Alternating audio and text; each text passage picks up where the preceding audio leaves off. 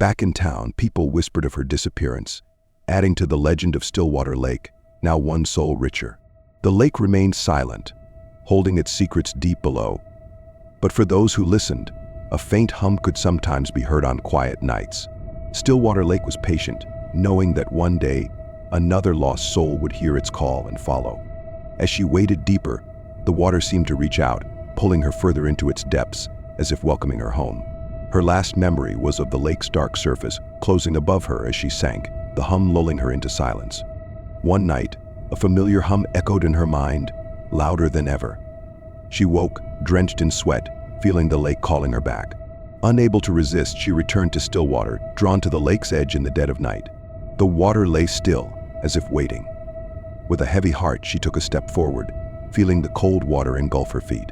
The hum grew louder, filling her with a sense of finality. Years passed, but she could never forget the hum, the eyes in the dark. And in her dreams, she was always drawn back to Stillwater. Friends noticed her growing quiet, her gaze often fixed far away. "Are you okay?" they would ask, but she'd just shake her head, never answering. The next morning, she decided she couldn't stay. She packed her bags, ready to leave Stillwater for good. As she drove away, she glanced in the rearview mirror. The lake, dark and silent, seemed to watch her leave, as if it knew she'd be back. She stepped outside, hoping to prove her fears wrong. As she neared the lake, she saw the faint outline of a figure standing by the water.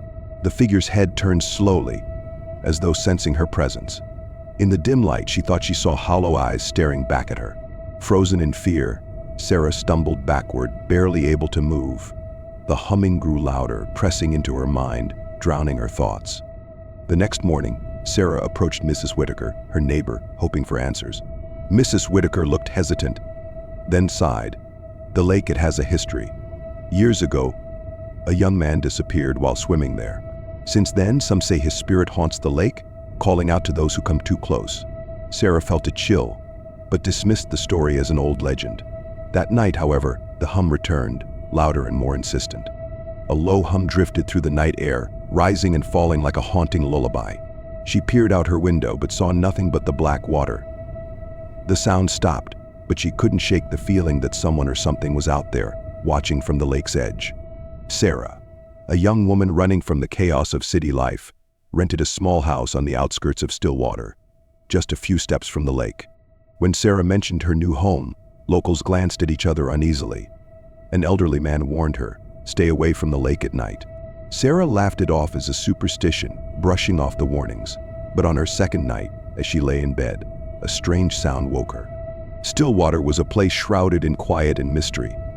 Surrounded by thick, ancient forests, the town felt trapped in time, hidden from the rest of the world. A lake bordered the town, dark and ominous. Locals called it Stillwater Lake, a name as calm as it was deceiving.